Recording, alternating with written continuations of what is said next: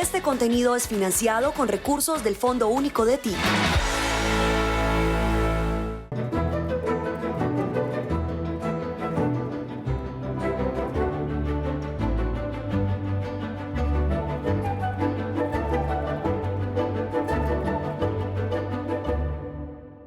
Damos inicio a este emocionante foro con un panel que promete ser inspirador e enriquecedor. Bajo el título Transformar historias locales en globales, tenemos el honor de contar con la participación de Luis Moya, el guionista detrás de la aclamada serie La Casa de Papel. Este destacado creador nos guiará a través de su experiencia y visión única sobre cómo llevar historias arraigadas en lo local a audiencias globales. Prepárense para sumergirse en un diálogo revelador que explotará las claves para trascender fronteras y conectar con espectadores de todo el mundo. La serie La Casa de Papel no solo marcó un hito en la audiencia colombiana, sino que resonó a nivel mundial de una manera excepcional. Esta producción no convencional, llena de giros emocionantes y personajes inolvidables, trascendió las fronteras y se convirtió en un fenómeno cultural. Para la audiencia colombiana, la serie no solo ofreció entretenimiento cautivador, sino que también abrió nuevas puertas a la apreciación de narrativas audaces y a la exploración de temas universales como la justicia, la rebeldía y el poder de la resistencia. Invito a Luis Moya, guionista de La Casa de Papel, y en la moderación lo acompaña Magdalena Sánchez. Muchas gracias a todos y buenos días. Gracias por estar acá, por haber aceptado esta invitación. Bueno, ya en la instalación del evento lo dijeron María Cecilia, Luis Felipe y el señor rector. Este es un foro muy importante para nosotros y tenemos la suerte y el honor de tener a Luis como invitado, que definitivamente da un valor muy importante a todo lo que estamos pretendiendo hacer nosotros desde PAC y desde el ministerio. Entonces, bueno, sin más, realmente la masterclass, la charla, la va a hacer directamente Luis. Yo solamente estoy acá acompañándolo. Luis, muchísimas gracias por haber aceptado la invitación. Estamos muy, muy agradecidos de tenerte acá, de tenerte en Colombia. Es la primera vez que vienes. Medellín pues te recibe con los brazos abiertos. Muchas gracias. Bueno, gracias a vosotros por invitarme. La verdad es que estoy encantado de estar en Colombia. Yo además tenía muchas ganas de venir porque el año pasado estuve trabajando en un proyecto sobre Colombia con un par de productores cabezotas, Jorge López y José Lombana de Quinto Color, que son muy cabezotas porque insistieron mucho en que les ayudara con una idea que ellos tenían fantástica. Y bueno, ser cabezotas es una cualidad fantástica para un productor, así que en parte estoy aquí por ellos, porque me hicieron como meterme mucho sobre todo en la historia reciente de Colombia, y me pareció fascinante, y la verdad es que tenía muchísimas ganas. Así que cuando Magdalena Sánchez me llamó para invitarme, mientras yo estaba de vacaciones en España, así como un poco, yo dije, bueno, claro que sí, voy para allá, ¿qué hay que hacer? Así que nada, estoy encantado de estar aquí. La verdad es que es un país maravilloso, tenéis un país fantástico, pero sobre todo es precioso, pero lo que más me ha llamado la atención es la amabilidad de la gente, la cercanía de la gente. Realmente es muy sorprendente, es muy llamativa. Ya sabéis que los españoles somos como más secos y cuando uno llega acá y le tratan así de bien, pues la verdad es que se agradece un montón. Bueno, yo no sé si… Yo me he preparado una charla, no sé si se ajusta un poco al título que acaban de ponerle, de esto de escribir, de cómo hacer una historia local, digamos, de lo particular a lo universal, un poco, ¿no? Pero voy a hablar de muchas cosas, así que a lo mejor sí que tal vez incluso hablo de eso, no lo sé muy bien. Yo me había preparado una charla informal. Entiendo que aquí hay mucha gente del medio audiovisual y espero que haya muchos estudiantes también, porque un poco la charla va enfocada a ellos. Sobre todo estudiantes que están interesados en escribir y en escribir series de televisión, porque eso es lo que yo hago. Yo no sé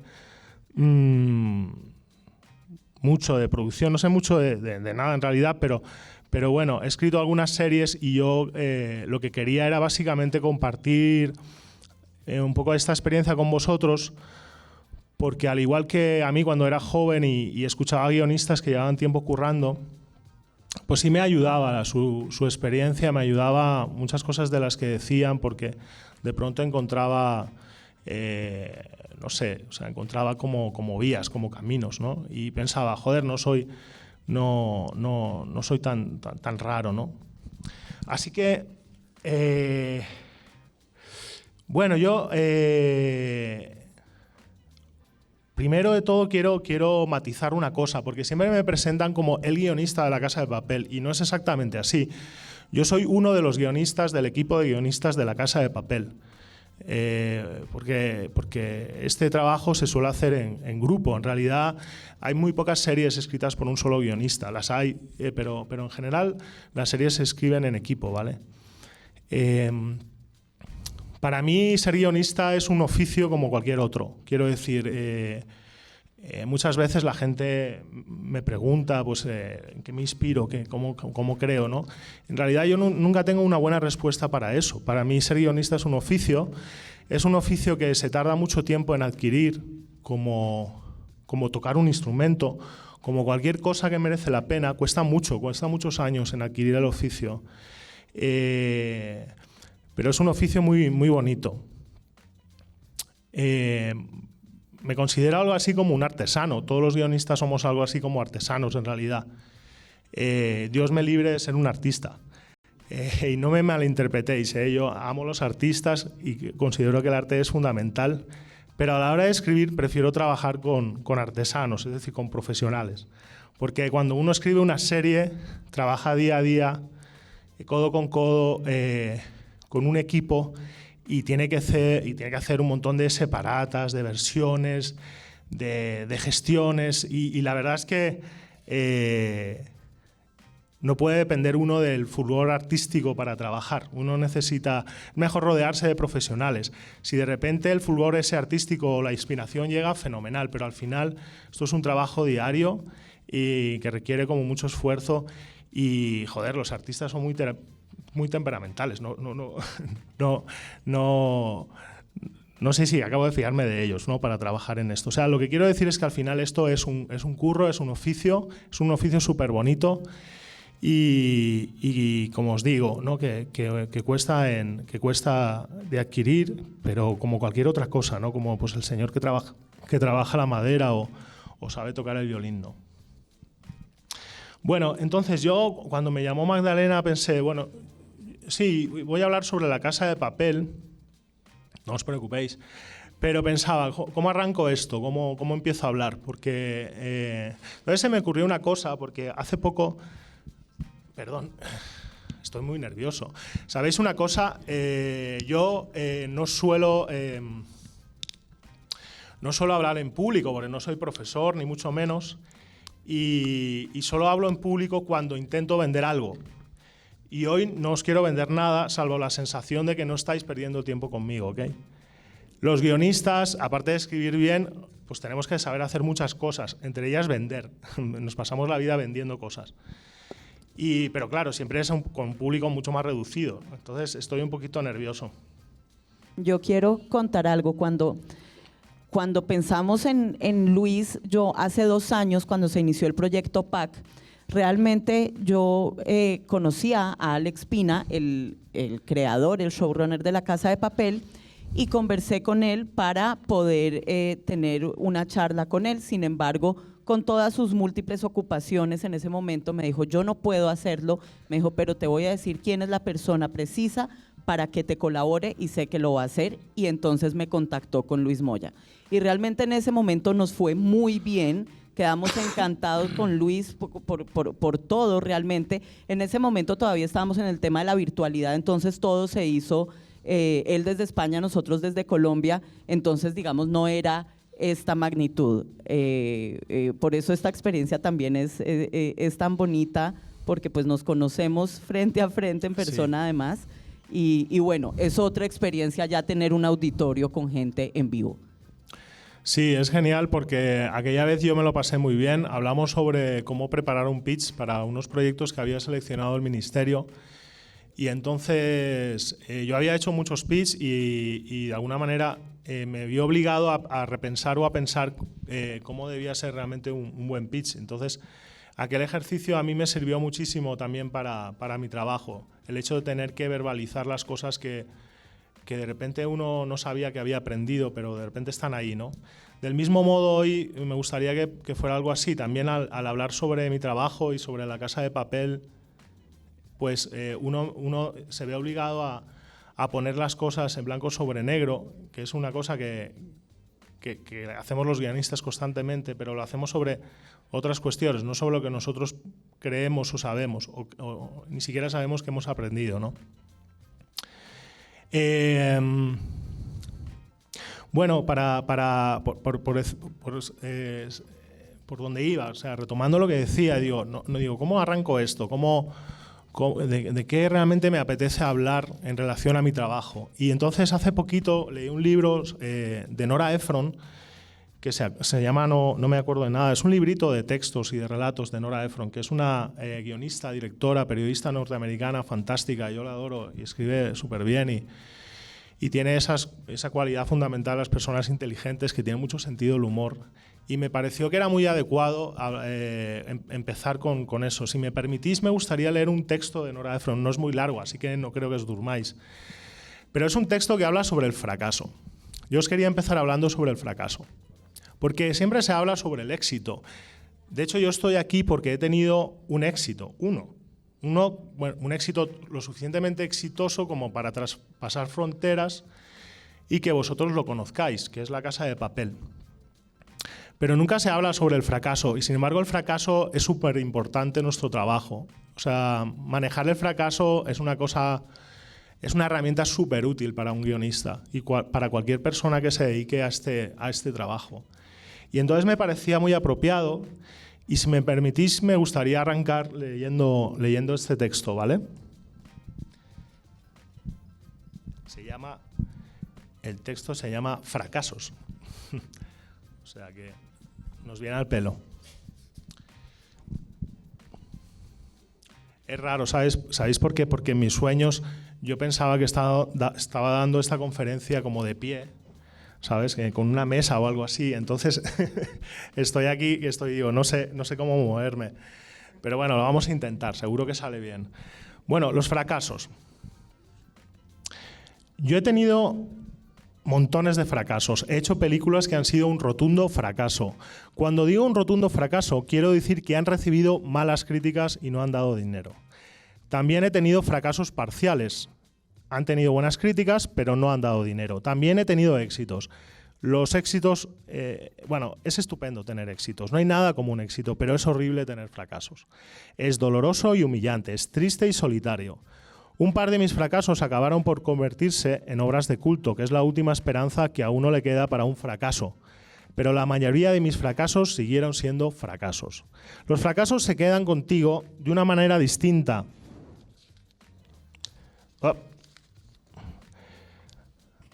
a los éxitos. Los reestructuras, los recortas, los reescribes, vuelves a ponerlos en escena, revisas y ojalá buscas culpables.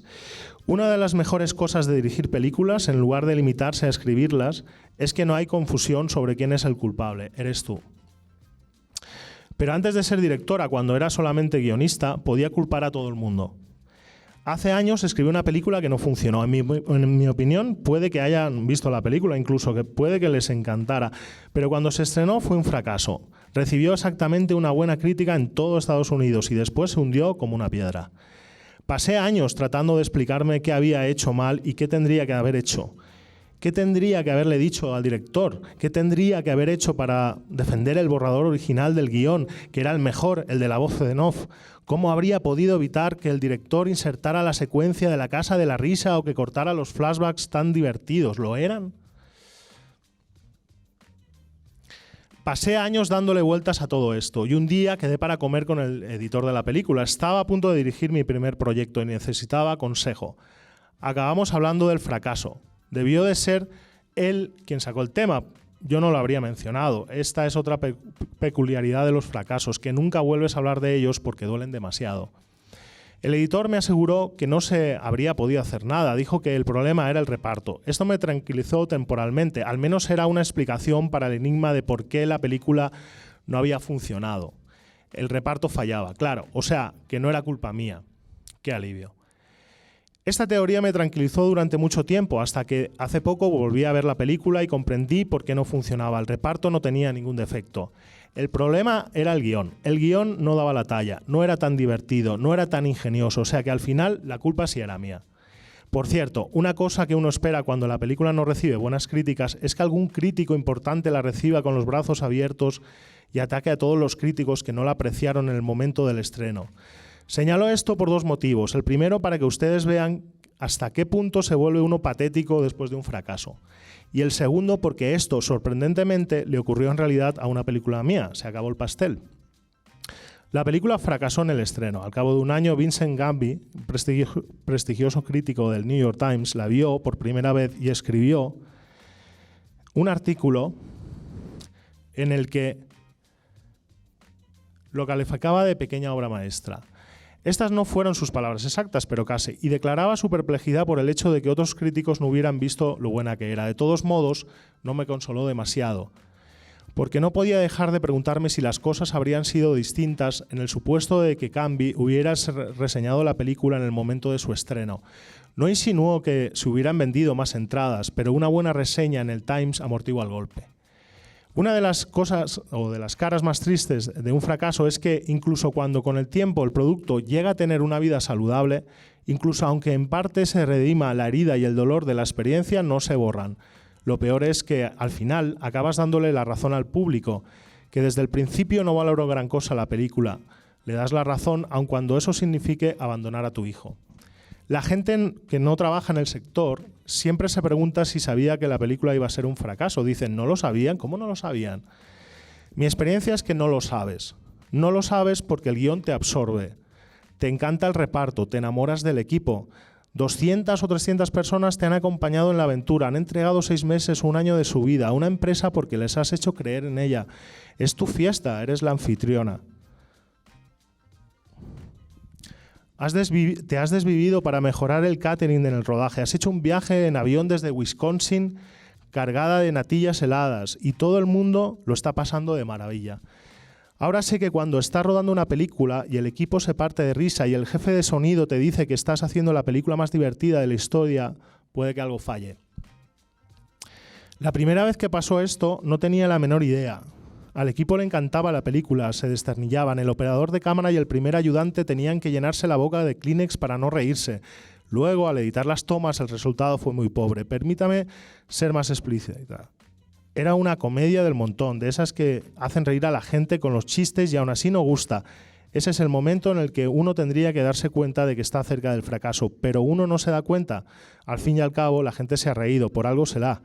Y circulan tantas historias de películas que se arreglaron después de que se comprobara que en el montaje no funcionaba. Hay casos sonados, Atracción Fatal, se arregló. No es que la película se parezca remotamente a la Atracción Fatal, pero de todos modos esto te da la esperanza.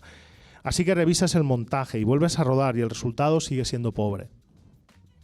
Entonces ya sabes con certeza que es un fracaso. Que hay que ser idiota para no saberlo, pero no lo ves, porque tienes esperanza. No pierdes la esperanza a pesar de todo. La esperanza de que la crítica le guste. Puedo que eso ayude. La esperanza de que el estudio monte un buen tráiler que explique la película para el público. Pasas horas al teléfono con la gente de marketing. Te preocupas de hacer el seguimiento de los números. Te engañas pensando que las proyecciones de prueba no tienen una importancia, aunque la tienen, muchísima. Y por fin se estrena la película y ya está. Las críticas no son buenas y nadie va a verla. Y cabe la posibilidad de que no vuelvas a trabajar nunca. Nadie te llama, nadie habla de la cinta. Pero el tiempo transcurre. La vida sigue. Tienes suerte de hacer otra película. Pese a todo, el fracaso sigue ahí. Es la historia de tu vida, como un agujero negro con un campo magnético brutal. Aunque hay gente que encuentra elementos positivos en los fracasos, se escriben libros sobre el éxito alcanzado a través del fracaso y sobre el poder del fracaso. El fracaso, dicen, es una experiencia que te hace crecer. Del fracaso se aprende. Ojalá fuera cierto. Yo creo que la enseñanza principal de un fracaso es que es muy posible que vuelvas a tener otro fracaso. Mi mayor fracaso fue una obra de teatro que escribí. Recibió lo que se conoce como críticas dispares, es decir, tuvo algunas buenas críticas, pero no en el New York Times. Resistió malamente un par de meses y se acabó. Se perdió todo lo invertido. La experiencia me resultó especialmente dolorosa porque era lo mejor que había escrito nunca. Y si me paró un momento a pensarlo, me echó a llorar. Hay obras de teatro que fracasan pero siguen teniendo una vida en producciones de compañías estables y de aficionados, pero no fue el caso de esta. Nadie la representa nunca, en ninguna parte. Pensarán ustedes que debería haber perdido la esperanza de que esta obra pueda pasarle algo bueno algún día, pero no es así. A veces fantaseo con la idea de que cuando me esté muriendo, alguien con capacidad de recuperarla vendrá a despedirse al lado de mi cama y le diré, ¿puedo pedirte un favor? Y él dirá, sí. ¿Qué me va a decir? Al fin y al cabo, me estoy muriendo y le diré, ¿me harías el favor de reestrenar mi obra? ¿Puede haber algo más patético que eso? Bueno, perdonad. Bueno, a lo mejor ha sido un poco largo, pero me gusta mucho este texto porque desmitifica algo de lo que se suele hablar, ¿no? De la importancia de fracasar para aprender. Bueno, puede que en parte sea así, pero no siempre. Es decir, fracasar es fracasar y es duro y hay que saber lidiar con ello. Y yo quería hablaros del fracaso primero para luego eso, hablaros del éxito, ¿no? Ahora, si queréis, podemos hablar un poco del éxito. Yo me he preparado una chuleta porque quería deciros un montón de cosas y no quiero perderme. Porque como os he dicho, ya me pongo un poquito nervioso. Así que me vais a permitir que haga un poquito de caso a mi chuleta, ¿vale?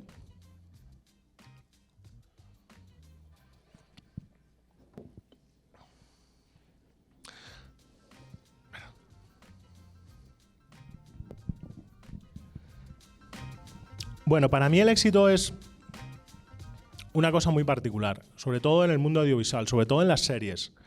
Cuando una serie triunfa, sobre todo como una serie triunfa a nivel de La Casa de Papel, yo creo que es eso, una combinación astral. Todos los astros se alinean en torno a ti. De repente es algo parecido a la magia, sinceramente. Hay un mogollón de series buenísimas que no funcionan y bueno, cuando algo es realmente malo, es normal que no funcione, pero hay cosas muy buenas que no funcionan.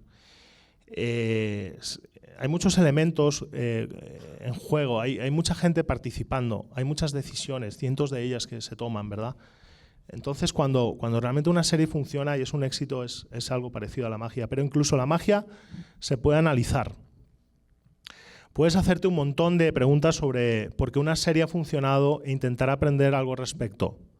Probablemente no sea suficiente para conseguir otro éxito, es decir, no hay una fórmula mágica, ¿verdad? Pero sí, seguro que te da algunas claves interesantes de por qué ese éxito. Y con suerte, si los astros vuelven a alinearse, si consigues el mejor equipo posible, si consigues engañar a los dioses, si llega la magia esa, tal vez vuelvas a saborear el éxito. Un éxito que cada vez también tengo la impresión de que es más efímero, más volátil. Quiero decir, ahora hay un abanico inabarcable de series, ¿no? de productos, de series de televisión. El mundo de las plataformas bajo demanda es impresionante. Y tengo la impresión de que los éxitos duran muy poco, que desaparecen enseguida. Por eso son importantes, pero relativamente, quiero decir.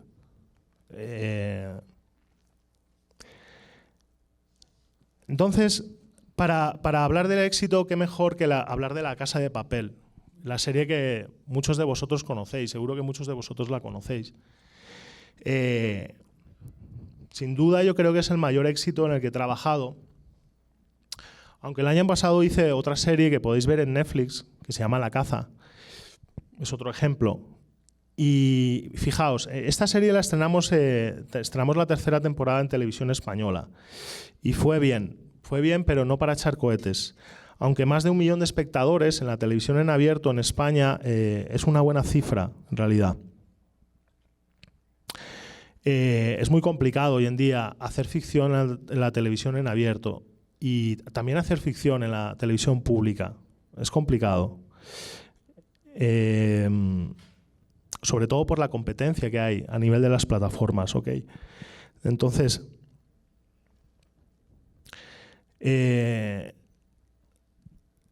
embargo, yo me siento muy orgulloso de esta serie, porque para empezar es una serie con un presupuesto súper pequeñito. Es una serie que, bueno, el presupuesto no se puede comparar, es irrisorio al lado de La Casa de Papel. Pues bien, Netflix compró la serie, compró las 3 temporadas y de repente, bingo. Hablando de algoritmos a los que referíais, de repente se convirtió en una de las series más vistas en España. Estuvo en el top 10 de Netflix durante meses, luego pasó al top 5, o sea, funcionó súper bien. Y eso que Televisión Española la había tratado fatal, cambiaba el horario, en fin, los días de emisión, la mareó muchísimo, la estrenó tarde, etc. Pero de repente esa serie, La Caza, cuando ves que sucede como esa magia de la que os hablo, pues te hace sentir muy, muy bien. ¿Okay? Es curioso. La serie es como la serie más vista de España. Y de repente creéis que un montón de ejecutivos y gente de Netflix se ponen a llamar a tu puerta para decirte, por favor, danos más. No pasa nada de eso. De hecho, no pasa nada. ¿Sabes? Con suerte haremos una 4ª temporada. Lo que os quiero decir es que el éxito es súper relativo. El éxito para un guionista es muy relativo. Es decir, el éxito es seguir trabajando, o sea, que te paguen por escribir. El éxito es que haya gente, haya productores o haya cadenas que estén dispuestas a escucharte, a escuchar los proyectos que tienes. ¿Okay? Ese realmente es el éxito para mí. El éxito para mí es, entre otras cosas, estar aquí, ahora mismo con vosotros, hablando con vosotros, ¿vale? Eso para mí forma parte de mi éxito personal. Los guionistas siempre estamos como en la barrera, así que de alguna manera si alguien de los que está aquí quiere ser guionista y espera a ser como súper conocido o ser un showrunner, pues digo que los guionistas siempre estamos como... Somos los tipos desconocidos, o sea que no os recomiendo ser guionistas si buscáis el aparecer, ¿no? y el éxito. Yo escribí 13 episodios de La Casa de Papel, de la 3ª y la 4ª temporada, junto con un equipo muy pequeño de guionistas, entre el 2019 y 2021. Antes las series las hacíamos equipos grandes de guionistas cuando yo empecé. Yo conocí a Alex cuando yo empecé. La primera serie que hice en prime time, he hecho como alrededor de 12 series en prime time, en horario de máxima audiencia. Pero la primera fue Los Hombres de Paco, la primera serie gorda. Y ahí es cuando conocí a Alex. Alex Pina, porque él entonces ya era productor ejecutivo de esa serie para Globomedia. Y es una serie que funcionó súper bien. Fue en España, cuando no existían todavía las plataformas, un éxito increíble. El formato se vendió a muchos países, a Grecia, a Italia, incluso Turquía, se vendió mucho. Sin embargo, curiosamente, cuando terminó la serie, Alex decidió no renovar mi contrato. Y lo que es más curioso todavía es que me llamó 10 años después, como para trabajar con él en La Casa de Papel. Yo en ese momento estaba haciendo un documental con una productora chiquitita que tenía, con unos compañeros, y entonces le dije que sí, porque me apetecía mucho volver a escribir una serie y trabajar con él. Y La Casa de Papel fue un fenómeno global, ¿no? Que os voy a decir. Fijaos, más de 6.700 millones de horas vistas. 6.700 millones, desde Francia, Brasil, Arabia Saudí, por ejemplo en Florencia, recuerdo en Italia, casi no pudimos rodar por la multitud brutal de fans que acudió al rodaje, era una locura. O sea, los actores, los protagonistas de la serie prácticamente se convirtieron en estrellas del rock, o sea, era increíble.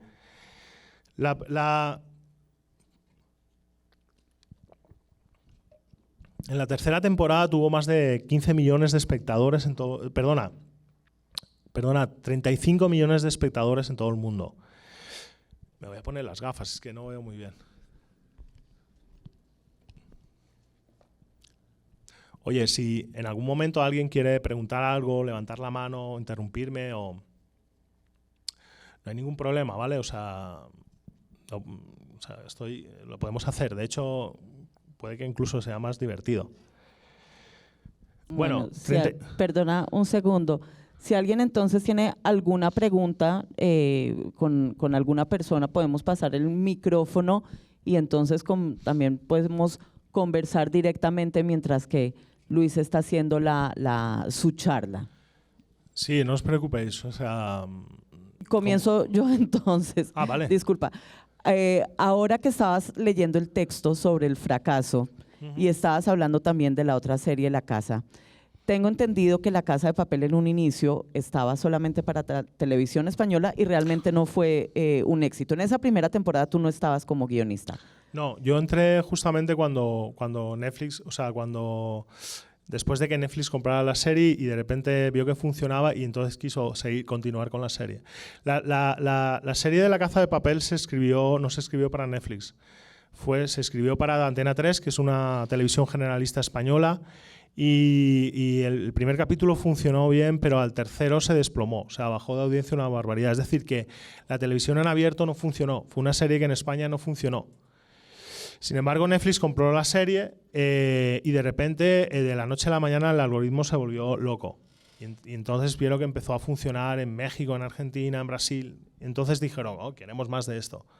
Y ahí es cuando yo entré a trabajar. Y ahí entonces tú crees, no sé, esto no sé si puede llegar a ser así, pero entonces tú crees que dicen, necesitamos más manos para escribir. No, realmente lo que hizo Alex, porque la gente que escribió la primera temporada, la serie no se iba a renovar y entonces se marchó. Y entonces Alex se quedó sin guionistas y formó un nuevo equipo.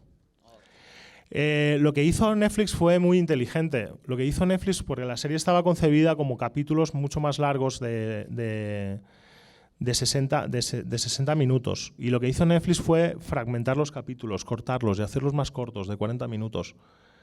O sea, hacer más capítulos. Porque en ese momento era un formato en alza. Es decir, es una tendencia hoy en día en televisión, ¿no?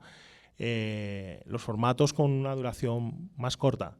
La gente tiene menos paciencia, consume a mucha más velocidad. Y luego incluso lo redujo todavía más, o sea, fragmentó más las temporadas. Ahí es cuando yo entré a trabajar en La Casa de Papel. En ese momento la serie, como os digo, o sea, empezaba a funcionar y a nosotros nos llegaba alguna noticia, pero no éramos conscientes del éxito que tenía en absoluto. Y tampoco creo que, curiosamente, La Casa de Papel nos cambiara la vida a ninguno de los guionistas que estábamos participando en ella. Para nosotros era una serie más. Estábamos currando en la serie y ya está. Pero de repente sí que es verdad que, quiero decir, no nos hicimos ricos ni nada por el estilo. O sea, pero sin duda es por la razón por la que estoy aquí con vosotros. De repente, digamos que empezábamos a ver noticias. No sé, de repente un estadio en Arabia Saudí se llenaba de gente con los símbolos de La Casa de Papel. Era muy llamativo. Y es eso. Luego lo digo porque, insisto, el éxito es súper relativo para los guionistas. Para mí es seguir trabajando. Poder seguir trabajando, poder seguir escribiendo y que me paguen por ello. Y a ser posible que me paguen bien, ¿no? Está claro. Pero el éxito es eso, vender un proyecto. Eso es fantástico. Como os digo, yo empecé así a trabajar en la casa de manera casi inesperada. Sí, Netflix cogió los capítulos. Ahora es verdad, recuerdo, en Antena 3 los capítulos duraban 90 minutos. Que es una duración bastante normal en España para las series de prime time. Y los cortó, los dejó en 60 y luego acabamos escribiendo capítulos de 40. O sea, fuimos reduciendo la duración de la serie. Yo reconozco que cuando empecé a trabajar en la serie ni siquiera había visto todos los capítulos. Éramos 4 guionistas al principio, Javier Gómez Santander, que era un poco el head writer, el jefe de los guionistas, Juan López Ciudad y otro guionista joven, y Alex. Bueno, por aquel entonces yo no tenía ni Netflix, con eso os digo todo. Y al principio fue un desastre, como siempre. O sea, es raro empezar como llegar y tocar el santo, es muy difícil, ¿no? O sea, al principio fue complicado. Juan y yo recuerdo es que no colábamos ni una idea, pero poco a poco le fuimos cogiendo el ritmo a la serie y encontramos el tono que Alex quería. Y luego os voy a hablar de cómo trabajábamos, pero ahora sí que me gustaría, como en ese intento de desgranar lo que fue La Casa de Papel, hablaros como de lo que yo creo que son las claves. Las claves de una serie que yo creo que siempre hay que tener en cuenta. Para mí son muy importantes y yo creo que justo son estas claves lo que le dieron a La Casa ese éxito internacional que tuvo. Seguro que los que habéis estudiado guión o sabéis algo sobre el tema no os va a sonar nada extraño, pero para mí la primera clave son los personajes. Seguro que ya os lo han dicho mil veces, pero es verdad. Yo creo que son lo más importante, sobre todo en una serie, porque en una serie dependes absolutamente de los personajes, dependes de que el espectador quiera pasar tiempo con tus personajes. Es fundamental hacer un buen diseño de personajes. En La Casa de Papel estaban bien diseñados. Si os fijáis, no sé, el profesor era un nerd entrañable, Tokio era una bomba de relojería, Denver era un chulo de barrio, pero con buen corazón. Ellos consiguieron que el espectador sí estableciera un vínculo con la serie y que se sintieran concernidos por sus destinos humanos. Eso es fundamental. Eso es algo que nunca hay que perder de vista y que curiosamente no se tiene tanto en cuenta. A mí me sorprende muchas veces. Eso es impagable. Perdóname un segundo, quiero parar ahí un segundito en el tema de los personajes, porque definitivamente, como estás diciendo, los personajes son indispensables y estás como diciendo las características de cada uno de los personajes, pero quiero que nos cuentes cómo recuperan un personaje y sobre todo porque tú llegaste en la segunda temporada. En la primera temporada terminan matando a uno de los personajes que resultó uno de los más queridos, que es Berlín, y resulta que Netflix quiso de vuelta a Berlín y entonces ustedes tienen que ver de qué forma traen de vuelta a un personaje. ¿Ahí qué sucede? Decidieron matar a un personaje y ahora resulta que lo tienen que traer de vuelta. Exacto, sí. En el caso de Berlín, claro, la serie, la primera temporada estaba diseñada para que Berlín muriera. Ese era el fin de Berlín, pero de repente Netflix se dio cuenta que ese personaje, que era el más loco y maquiavélico de todos, era uno de los preferidos por el espectador. Entonces Netflix dijo, no, queremos a Berlín en las siguientes temporadas. Y entonces, claro, eso nos obligó a mantenerlo y de alguna manera condicionó muchísimo el resto de la serie, porque nos obligó a darle a la narración una estructura particular como de 3 tiempos, para que de repente Berlín fuera el artífice del robo al Banco de España. Eso fue una cosa que no estaba en el plan, no estaba diseñada en el plan. Y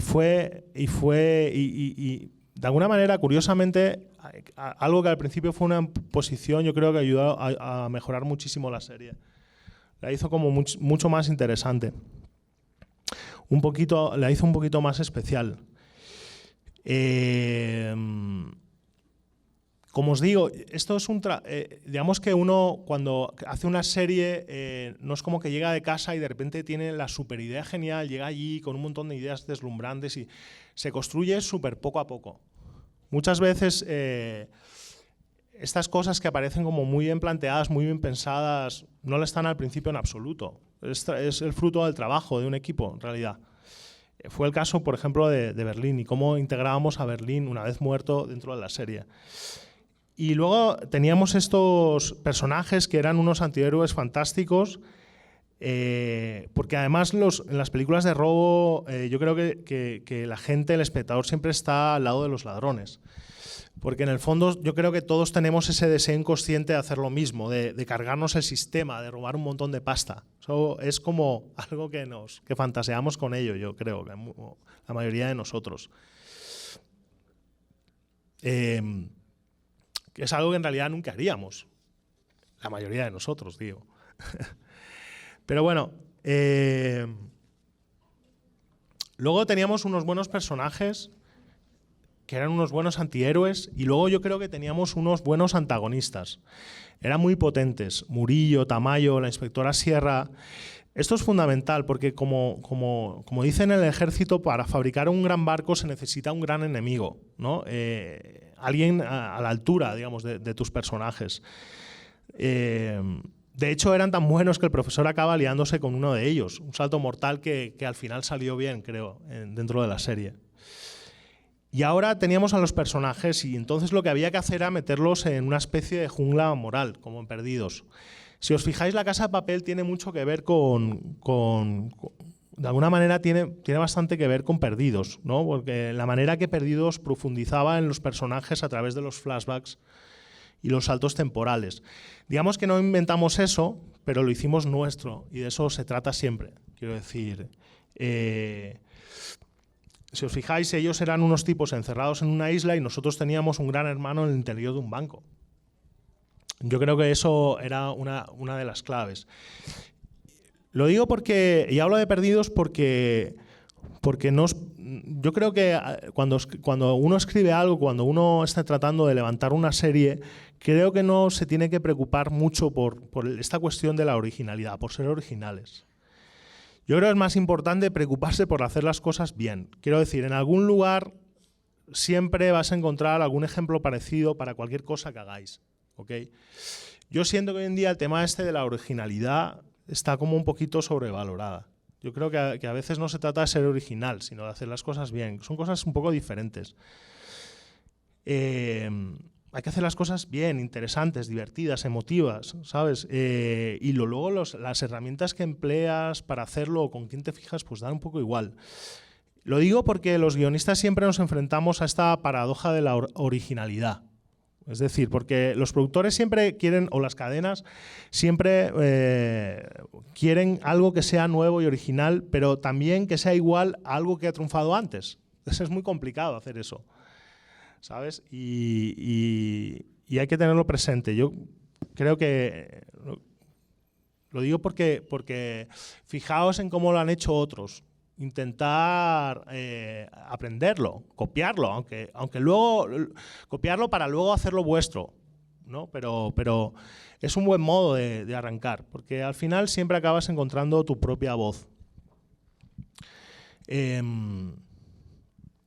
Es eso, yo os aseguro que ahora mismo hay un montón de gente rebanándose los sesos para intentar hacer otra serie como La Casa de Papel, y de hecho la han hecho literalmente en Corea, ¿no? Yo no la he visto, pero pues no sé, seguro está bien, no la he visto, la verdad. Luego hay otra cosa súper importante en La Casa de Papel, hay otra clave fundamental, que es la iconografía. Eso es algo que habitualmente no se tiene muy presente. Pero nosotros sí lo teníamos presente en La Casa de Papel, la iconografía. Porque nosotros, digamos que fuimos capaces de crear una iconografía propia. Aunque no fuera, insisto, muy original, pero era nuestra. Teníamos de todo. Teníamos un himno, un escudo, un color, una bandera, el Bella Ciao, las máscaras de Dalí, los monos rojos. Todo eso creó una iconografía que era fácilmente reproducible, que la gente podía copiar. De repente veías como en los carnavales de Brasil la gente vestida de La Casa de Papel, porque era un disfraz fácil y barato de conseguir. Eso funcionó muy bien. ¿Y qué tiene que ver Salvador Dalí con el himno de los partisanos italianos? Absolutamente nada, pero funcionó. De repente nosotros no pretendíamos como que la gente cogiera el himno de los partisanos y lo hiciera suyo. Digamos que eran elementos que iban surgiendo. Por ejemplo, en el caso del himno de los partisanos se lo ocurrió a Javi porque le encantaba esa canción y porque tenía ese ADN revolucionario y tal, y nos gustaba, pero fue como más allá, ¿no? Era como la gente lo interpretaba y la gente daba su propio significado a todos esos elementos iconográficos que tenía la serie. Pero en realidad todos estos elementos se fueron incorporando poco a poco durante la creación de la serie. No estaban previstos y no surgieron de la noche a la mañana, como os digo. Esto no surge de la noche a la mañana. No se llega a la sala de guión con el diseño completo de una serie y a veces solo se tiene una idea primordial y unos cuantos personajes, y a medida que trabajas generas un mundo cada vez más complejo y luego de repente pues la propia serie empieza poco a poco a dictarte lo que necesitas, a decirte lo que necesitas, lo que un personaje puede hacer, lo que no, lo que debería hacer. Por eso, muchas veces para mí, escribir es cuestión de adivinar, de descubrir. Y por eso siempre tienes que estar como muy atento. Esto es súper importante, estar con ese chip. Pero a veces es eso, lo que haces es adivinar, descubrir, ¿sabes? No tanto como inventar, sino que son los elementos que están ahí, flotando. Sí, luego eso, nos sorprendía ver cómo funcionaban, ¿no? En el resto del mundo, y entonces lo que hacíamos era potenciarlos, les sacábamos partido, y de ese modo se convirtieron en nuestra seña de identidad, ¿no? Yo creo que todas las series pueden tener su propia iconografía y que no hace falta que los personajes vayan vestidos con un mono rojo. En cualquier caso, si encontráis algo así, pero nunca renunciéis a ello, ¿vale? La iconografía de la serie puede ser muy diversa, puede ser cualquier cosa. Por ejemplo, no sé, la cabecera de la serie, una melodía de repente pegadiza que te acompaña y que, digamos, te ayuda a sumergirte en lo que vas a contar. Puede ser datos, o sea, elementos del estilo, de cómo se rueda la serie, ¿no? De la identidad de la serie. Pero yo creo que cuando hacéis una serie tenéis que, o sea, se tiene que ir en busca de algo así, se tiene que ir en busca de eso. Creo que es importante. No sé, pensad en la cabecera de Los Soprano, por ejemplo, en Juego de Tronos. Esas cabeceras te están contando la serie en un minuto y de un plumazo. Son fantásticas. O a 2 metros bajo tierra, por seguir con series del HBO, ¿no? De repente, pues todos los capítulos empezaban con la muerte accidental de una persona y de repente eso se convirtió en su seña de identidad. Pues yo creo que las series deben jugar a eso. Eso creo que ayuda al espectador a fidelizar al espectador. Si le gusta el juego, si le gusta el trato que le proponéis, lo va a comprar. Tengo otra pregunta. Cuando se convierte este boom mundial en Netflix, que me imagino yo que ya no sé cómo fue de pronto si se hizo ya directamente una negociación para hacer todo el resto de temporadas o qué sé yo, pero me imagino, o no lo sé, está aquí mi pregunta, ¿eso los presionó o los obligó a ustedes de pronto a hacer la serie un poco más internacional? Es decir, no la serie sino la historia. Es decir, empieza la historia en España, en Madrid, en el banco, pero de repente esto ya se vuelve en un boom mundial. Bueno, tenemos los personajes con nombres de ciudades. ¿Los obligó a ustedes de pronto, al saber que ya estaban en todo el mundo, a proyectar de alguna forma más internacional la historia? No, no exactamente. Yo lo que creo que nos dio, o sea, fue más dinero. Entonces, como teníamos más dinero, teníamos la posibilidad de soñar más fuerte. Teníamos la posibilidad de viajar, de rodar en otros países, algo con lo que siempre sueñas cuando escribes guiones y que casi nunca puedes hacer, porque nunca hay mucho dinero para hacer lo que quieres. Entonces, de repente, estábamos ahí y pensábamos, joder, es que podemos ir a rodar a Italia, podemos ir a rodar a Perú, podemos ir, o sea, de alguna manera teníamos la sensación de que por fin podíamos hacer lo que nosotros quisiéramos, entre comillas, a ver, ¿no? Pero bueno, siempre hay como un límite, pero creo que ese espíritu internacional o internacionalista de la serie ya estaba en el ADN de la serie desde el minuto 1, quiero decir. El hecho de que los personajes tuvieran nombres de ciudades, Bogotá, Nairobi, etcétera, fue algo, fue una idea de Alex que nos gustaba por esta cosa de reservar dogs de señor rojo, señor tal, en realidad no era casi es un elemento súper icónico de las series de robos, ¿no? Pero se nos ocurrió que de repente los personajes tenían nombres de ciudad. Y eso ayudó más a que mucha gente se identificara con la serie. Pues de repente le hacía ilusión pues que, no sé, a los italianos que un personaje se llamaba Palermo. Supongo que a la gente de Colombia le hizo ilusión que algún personaje se llamara Bogotá. Y fue divertido. Pero Digamos que esa visión internacional de la serie yo creo que llegó con la apuesta de Netflix, que en ese sentido fue súper fuerte, y tuvimos la suerte de que Alex se llevaba muy bien con Diego Ábalos, y Diego, que en ese momento era como un jefe de Netflix en España, le dio mucha libertad. Eso fue fantástico y eso nos ayudó a ser mucho más creativos, ¿no? A poder hacer más lo que soñábamos.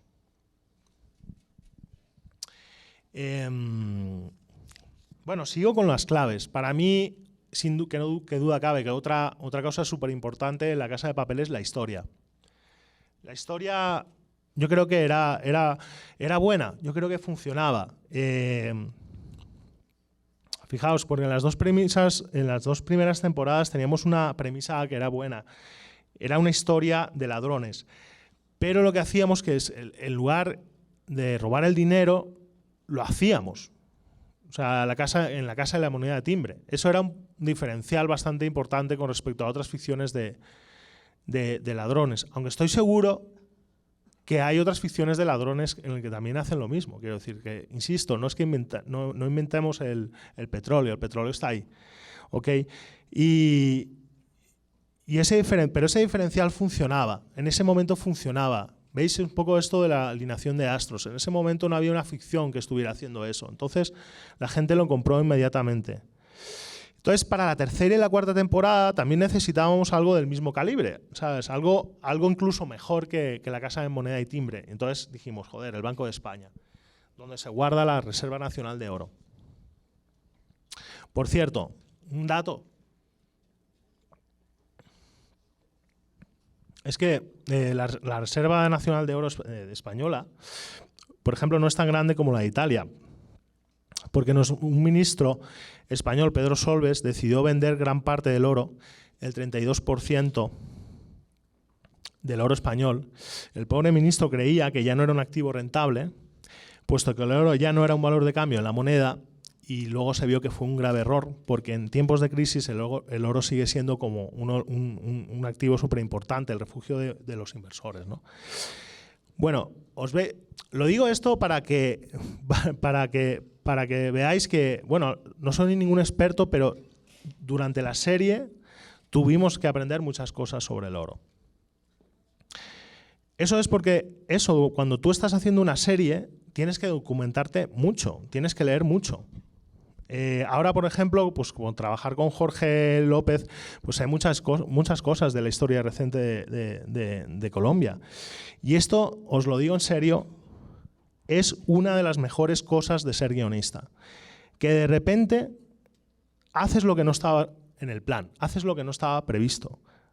¿Sabes? Es como conocer de repente la trayectoria política del expresidente Ernesto Samper o al menos lo suficiente para contar su historia. Y ser guionista, en parte, es eso. Estás obligado a conocer, a aprender, a saber mogollón de cosas totalmente diferentes. De repente haces una serie médica y te conviertes en un experto en el tratamiento del cáncer, o haces una serie sobre cómo robas oro y te conviertes en un experto en oro. Eso es fantástico. Es una de las cosas más bonitas que yo aprecio más de ser guionista, que te permite como viajar y conocer cosas diferentes, absolutamente diferentes. Aunque también os digo que no hace falta ser súper experto. Además, tampoco tienes tiempo, ¿ok? Porque para eso están los académicos. Insisto, aquí se trata de emocionar, no dar lecciones de historia. Fijaos en que, fijaos en Gladiator, por ejemplo. Está basada en un hecho real, ¿no? Pero al final, claro, la realidad, los hechos reales son mucho más aburridos. La vida real es mucho más aburrida. Y al fin y al cabo lo que nosotros estamos haciendo es un espectáculo. Lo que nosotros estamos haciendo es tratar de entretener a la gente. Y además, si conseguimos emocionarles, mejor. Y además, si conseguimos hacerles pensar un poquito, pues mejor. Pero es fundamental. Bueno, nosotros teníamos la peculiaridad del Banco de España, que es el más seguro del país, ¿ok? En la que la cámara efectivamente se inunda en caso de robo. Es un sistema como muy sofisticado, muy particular. Esto es cierto, como muchas de las cosas que aparecen en la serie. Pero yo siempre tengo en mente algo que dijo alguien, yo creo que era el editor jefe del Times, si no recuerdo mal, pero decía esto de que no hay que escribir historias de bancos para banqueros, hay que escribirlas para los clientes de los bancos, porque hay muchos más. Pues eso es lo que hicimos nosotros. Es decir, al final tienes que documentarte, tienes que controlar el tema, pero tienes que escribir una serie que el espectador pueda entender con facilidad. Y eso no significa que tenga que ser simple o simplista, ¿sabes? Creo que ahí está un poquito la clave. Aunque en la medida de lo posible nosotros intentábamos ser bastante veraces en todo lo que escribíamos. Y nos documentábamos todo lo que podíamos sobre lo que íbamos a escribir, aunque solo fuera para descartarlo en pos de la historia. Porque siempre tiene que primar la historia. Historia, historia, historia. Y la historia gana siempre. Porque si tienes una buena historia, los temas salen de ella. ¿Okay? Nosotros teníamos la lucha contra el sistema, el amor imposible, la familia, y al fin y al cabo no estábamos escribiendo un tratado o un ensayo, sino una serie de ficción. Y es, de verdad, insisto, un espectáculo. Pero os diré cómo funcionábamos. Nosotros buscábamos una solución práctica a los problemas que nos iban surgiendo. Por ejemplo, los problemas técnicos de cómo entrar en el banco, de cómo entrar en la cámara acorazada, de cómo robar. Entonces, nos empezábamos a fabular y hacíamos dibujos en las pizarras, después contrastábamos estas ideas con ingenieros y expertos que nos decían si era factible o no, o si era posible, ¿ok? Y ¿sabéis una cosa? Yo creo que en ese momento descubrí algo, que físicamente en realidad casi todo era posible si se cuenta con los medios adecuados y dinero. Nosotros íbamos con unas ideas súper descabelladas a los ingenieros. O sea que ustedes les estaban dando la idea a unos ladrones multimillonarios que llegaran a robar, que pudieran llegar y en efecto robar. Sí, nosotros, bueno, realmente podíamos haber escrito un tratado, porque llegamos a dibujar planos, hablábamos con ingenieros, que esos ingenieros hacían sus propios cálculos en realidad. Y lo cierto es que, claro, si uno, digamos que tiene el arrojo, tiene medios y tiene dinero, bueno, puede hacer cualquier cosa, ¿sabes? Es increíble, pero sí, o sea, yo creo que no sé. De hecho, hubo alguna noticia que de algunos de los robos un poco locos, que como que la Casa de Papel había servido de inspiración, lo cual era muy loco. Pero vamos, desde luego, también os digo que al final lo importante era la verosimilitud, es decir, que tampoco nos podíamos volver locos con los tecnicismos, con los cálculos, con las cosas, y lo importante era la verosimilitud, que no lo real, es decir, que sonara verdad todo lo que decíamos. Y muchas veces lo era, aunque muchas veces no. Porque, insisto, siempre prima la historia, ¿ok? ¿Has levantado la mano?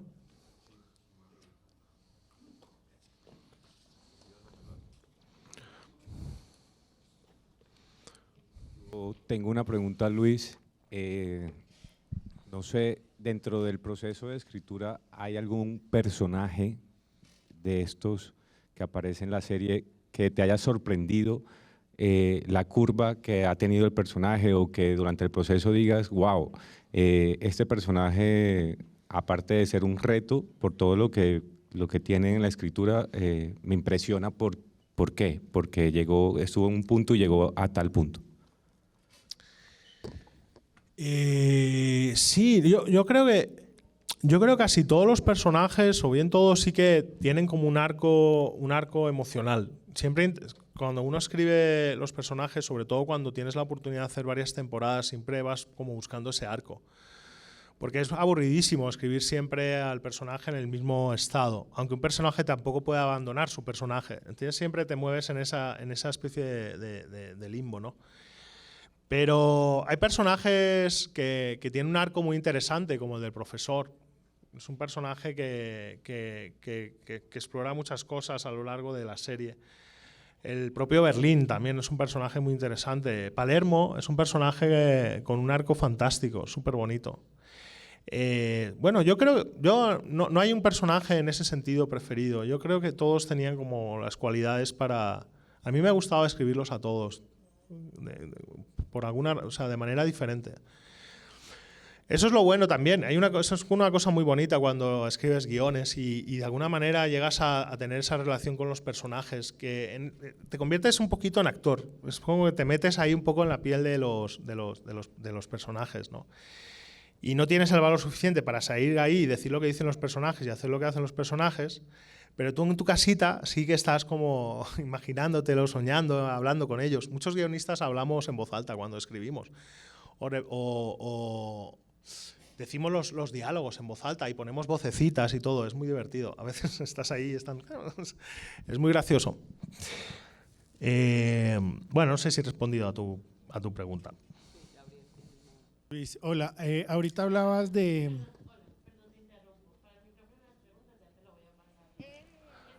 Bueno, pero se oye, dímela. Ah. Al Vale. micrófono de las preguntas, yo les voy a facilitar listo. Gracias. Ahorita hablabas de cómo va evolucionando la historia y cómo a veces la misma historia te lleva por caminos que no sabías que ibas a recorrer. ¿Qué tanta libertad tenían ustedes de armar, de poner nuevos eslabones en lo que ya habían escrito y en esa historia? Es decir, ¿cuál era la ventaja de la escritura contra el aire o contra la entrega? Sí, yo de eso os iba a hablar luego, pero no importa, te respondo la pregunta. Pero en el caso de La Casa de Papel, sí, porque luego yo quería hablaros como esas un poco las 4 claves que yo creo importantes y luego en cómo trabajábamos. Pero respondiendo a tu pregunta, te diré que nosotros en La Casa de Papel, en ese sentido, teníamos muchísima libertad. Muchísima libertad porque no teníamos mapa de tramas. 0 mapa de tramas. Y entonces íbamos como con una linternita avanzando por una cueva oscura, alumbrando cada paso. Y eso a veces es un estrés enorme cuando escribes una serie y, como tú dices, tienes fechas de entrega y tienes un programa que cumplir. A veces es un infierno porque te ponen una tesitura, porque dices, no sabes lo que va a pasar mañana y te están diciendo, oye, ¿cuándo está el guión del capítulo 5? Y tú no lo tienes claro en absoluto. Pero a veces ese también es un estímulo como para sacar cosas súper interesantes. No teníamos un plan, no teníamos un mapa. Entonces teníamos mucha libertad, pero la libertad a veces es complicada de manejar también. Sobre todo cuando escribes cosas. La libertad a veces no es tan divertida, ¿sabes? A veces está bien tener un plan, diseñar un plan, tener un mapa de tramas. Y si hubiéramos tenido un mapa de tramas, lo hubiéramos destruido completamente. Porque Alex no sabe currar, o al menos en La Casa de Papel, bueno, Alex no sabe currar con un mapa de tramas. Le gusta como tener ideas ahí al fondo y tal, pero le gusta como, ¿sabes? Bien, atrás también tenemos a alguien que tiene una pregunta. Se escucha. Mi pregunta va precisamente relacionada a la historia, y es que cuando uno se encuentra con la realización audiovisual, en la creación, siempre aparecen como esos estanques o esos baches creativos precisamente en la realización de una historia. Entonces te quería preguntar, como guionista profesional, ¿qué hacer en esos momentos donde hay vacíos o baches en la creación de la historia? Sí, bueno, eso pasa constantemente, pero lo que tienes que hacer es darte un paseo, fumarte un cigarro, beberte una cerveza, volver a sentarte, intentarlo otra vez. Si no sale, volver a casa a pasear a tu perro. Tener perro ayuda muchísimo. O sea, lo que sí te digo es que lo que más ayuda es saber que vas a salir del bache. Yo, por ejemplo, cuando me encuentro en una situación como esa, sé que al final lo voy a encontrar. O sea, hay que ser súper cabezota. Y no hay que desanimarse. Y esto es súper importante. Si sois susceptibles al desánimo, no os recomiendo esta profesión, porque tendréis muchas oportunidades de desanimaros, pero tenéis que manejar eso. Quiero decir, la única manera de salir de ese bache, de esos espacios en blanco, es seguir intentándolo. Cada uno tiene sus recursos. A mí me gusta mucho caminar cuando me pasa eso. Pero bueno, a mí, hay gente que le gusta, no sé, irse a jugar al pádel, ¿sabes? Eso depende de cada cual. Hola. ¿Me escuchan? Hola, Sí. Luis. Yo te quería preguntar, con toda esta innovación del ecosistema audiovisual, la fiebre de la artificialidad, ¿qué transformaciones asume usted que le aguardan al ejercicio del guionista? ¿Qué transformaciones, pero en qué sentido? De la inteligencia artificial, pero hay transformaciones en el modo de trabajar o qué crees que le va a pasar al guionista, ¿te refieres? Yo no sé, ¿sabes una cosa? Creo que, o sea, ahora mismo creo que es más práctico contratar a guionistas, quiero decir. Según los expertos, puede que esto de la inteligencia artificial llegue realmente a un nivel en el que, sinceramente, la inteligencia artificial sea capaz de construir historias y arquetipos que funcionan de maravilla. No lo sé, yo sinceramente no tengo ni idea de lo que va a pasar. Yo lo que sí que sé es una cosa, que es que la gente va a seguir queriendo escuchar historias y emocionarse con historias. Eso va a seguir pasando. Quiero decir, al final, si tenemos, cuando no, el otro día leí un libro de Harari, el pensador israelita, y me pareció fantástico. Él decía una cosa que me llamó mucho la atención, que nunca la había pensado así, de ese modo, que era que de repente la diferencia entre el neandertal y el Homo sapiens es que en el Homo sapiens se produce una transformación, prácticamente una transformación cerebral. Lo que le permite es al Homo sapiens la capacidad de generar ficción. Es decir, que realmente, de repente, lo que nos diferencia de los neandertales no es que fueran más tontos los neandertales, o incluso tenían un cerebro más grande, pero es que nosotros tenemos la capacidad innata de generar ficción. Y eso es lo que hace que, digamos, de alguna manera el Homo sapiens prospere. Bueno, me voy por los cerros de Úbeda. Lo que te quiero decir es que al final la necesidad está ahí.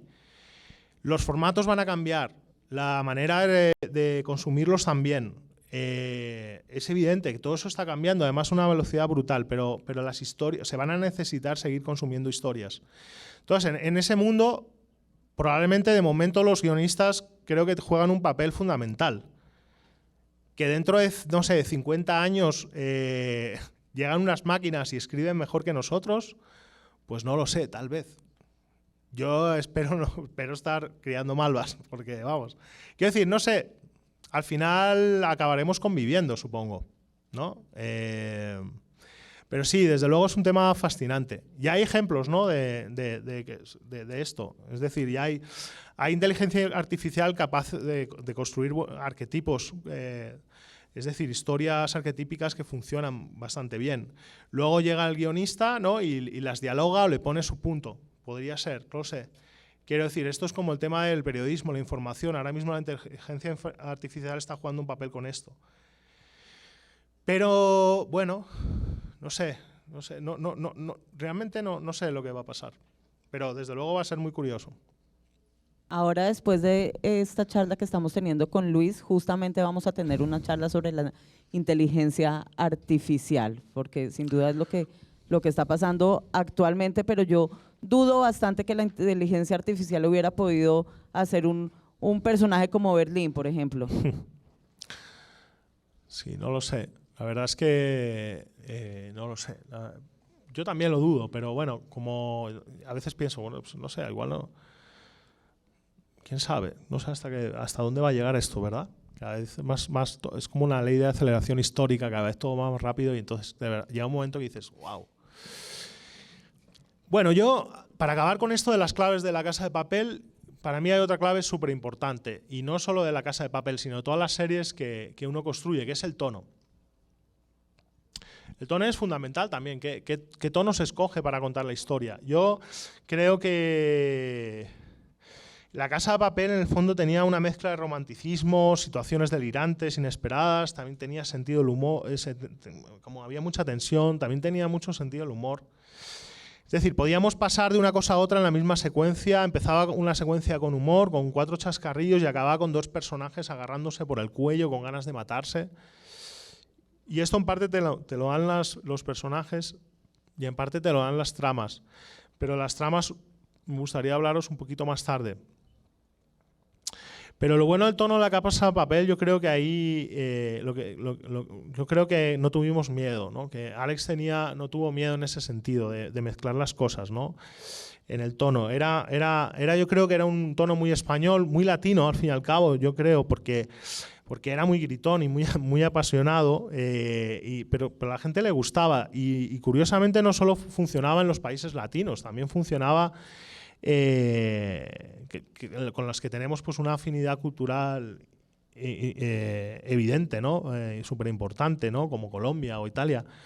Pero si no, en otras latitudes también funcionaba, en Arabia Saudí, en Oriente Medio, en Irak, en el Líbano. O sea, quiero decir que fue un tono que funcionó muy bien, que la gente salía a protestar a la calle con máscaras de Dalí. Pero al final La Casa de Papel era una serie de atracos con gente que se quiere y se odia. Y eso es el punto. Los atracadores los atracadores al final eran una familia. Si os fijáis, eran padres e hijos. No es buena. Es decir, si no te apetece contarla, es que no funciona. O sea, eso parece una tontería, pero es verdad. Te tiene que mover, ¿sabes? Cualquier cosa, una trama, una idea, te tiene que mover. Y entonces en ese sentido teníamos como mucho nivel de exigencia sobre nosotros mismos. Muchas veces descartábamos cosas que estaban bien, pero siempre buscábamos como eso. Entonces, ibas ahí a la oficina, te pasabas horas hablando, muchas veces de chorradas. No tengáis miedo a las chorradas. A veces una chorrada es el principio de algo fantástico. Una chorrada, no sé si aquí se entiende, una tontería. A veces decimos muchas tonterías los guionistas. Está bien, no hay que tener miedo de decir tonterías, porque a veces las tonterías dan pie a cosas más inteligentes y poco a poco se construye una idea que es bastante sólida. Las salas de guión son súper importantes y aprender a trabajar con gente es súper importante. Por eso os decía lo de los artistas. Al final curras muy intensamente con un montón de hombres, de mujeres, de personas que están ahí y hablas de tantas cosas que compartes tu vida por completo. O sea, muchas veces tus compañeros de trabajo saben más cosas de ti que tu mujer, porque al final, o sea, uno también cuando está dando tramas, cuando está dando ideas, tiene que poner de su parte, tiene que poner carne en el asador, tiene que hablar de cosas que le emocionan a él de verdad. Muchas veces pones sobre la palestra cosas que te han pasado a ti, vivencias personales. Aunque las camufles de un modo, aunque digas, a un amigo le pasó esto y tal, a lo mejor lo podíamos utilizar. Y estás hablando de lo que te pasó a ti. Tienes que poner carne en el asador. Tienes que ofrecer material, digamos, y jugar con eso. No sé, hay miles de cosas. Es un trabajo que tiene un mogollón de aspectos diferentes. Pero al final siempre se repiten, siempre acaban siendo los mismos. No sé. Creo que tenemos una última pregunta porque ya me dicen que no tenemos más tiempo y hay una persona. Tú. 1, 2. ¿Me escuchan? Sí. Luis, te pregunto rápidamente. En el mundo del guión es muy extenso y digamos que uno se puede encontrar muchas facetas, como por ejemplo uno jugar con los contrastes. Yo como espectador vi mucho al personaje de Helsinki, un hombre alto, robusto, que de entrada brinda seguridad, pero cuando uno ve los episodios y empieza a conocer a Helsinki, vemos que es un hombre muy tierno, un hombre que da mucha seguridad a todo el grupo. ¿Cómo es este contraste de alguien físicamente tan robusto, pero mentalmente y emocionalmente tan tierno?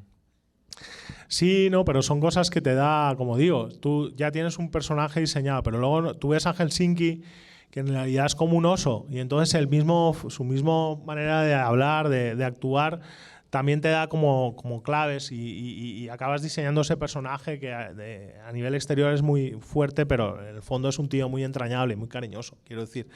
Eso a veces surge de manera muy espontánea. Al final, os digo una cosa, aquí trabajamos mucho también con el sentido común. El sentido común es fantástico, es como aplicable a todo, pero en el guión al final el sentido común es maravilloso. A veces, quiero decir, Helsinki es el típico tío que si lo encuentras en la puerta de una discoteca dices, oh, cuidado, pero es el típico tío que si de repente te tomas un café con él, de repente dices, vaya, este tipo, ¿verdad? Parece tan duro y luego fíjate qué majo es.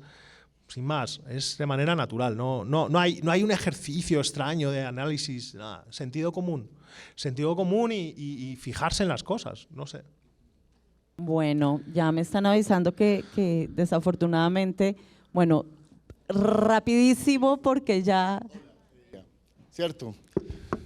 Estoy en ese ejercicio de traducir en fotos las emociones que siento durante el día. Bueno, no ha sido fácil. Entonces, te digo a ti, ¿qué ejercicios nos recomiendas para volver a esa escritura que se ha perdido? O sea, antes era necesario escribir un telegrama, una carta en una guerra y mandarla en un caballo para posiciones. Ahora todo es muy, muy, muy rápido. Y creo que se ha perdido de pronto ese ejercicio del manuscrito. Entonces, uno se alimenta de afuera, de literatura, cuentos, de todo. ¿Qué ejercicio o ejercicios nos recomiendas para volver a ese escribir? Yo, más o menos, intento responder a tu pregunta. Yo, sí, es verdad, ahora hay como un mogollón de series. Hay como un mogollón de, por ejemplo, La Casa de Papel es una serie de estas de no dejarte pensar, todo va súper rápido. Y hay series que no, que hacen lo contrario, ¿no?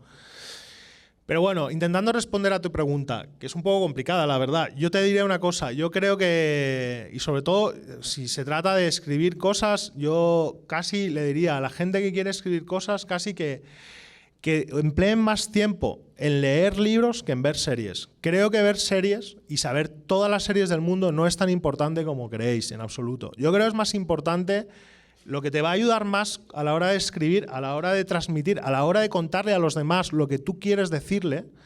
No es tanto ver series o saber todas las series que hay en HBO o todas las series de Netflix. Es la lectura, leer mogollón. Eso os va a ayudar a expresaros mejor, a escribir mejor, que al final es por lo que se os va a valorar. Entonces, para sacar esas emociones a flor de piel, no hay nada mejor que la lectura. La lectura nos ayuda siempre a estar con la emoción aquí, a flor de piel, y a fijarnos mogollón.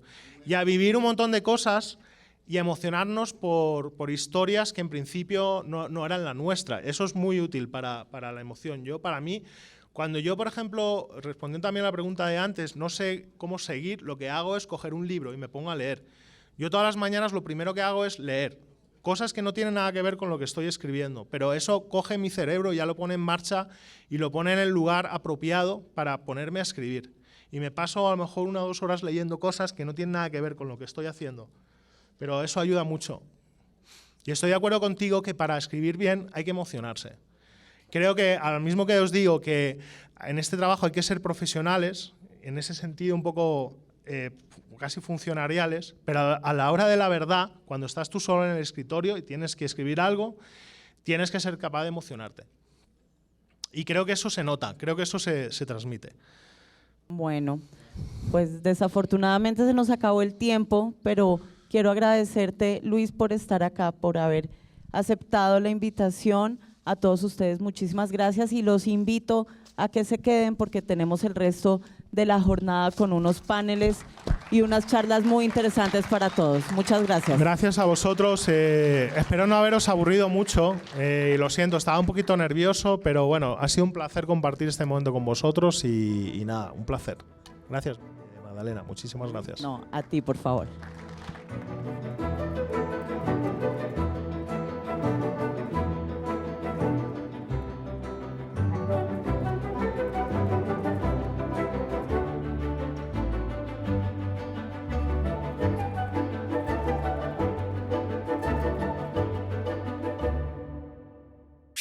Este contenido es financiado con recursos del Fondo Único de TIC.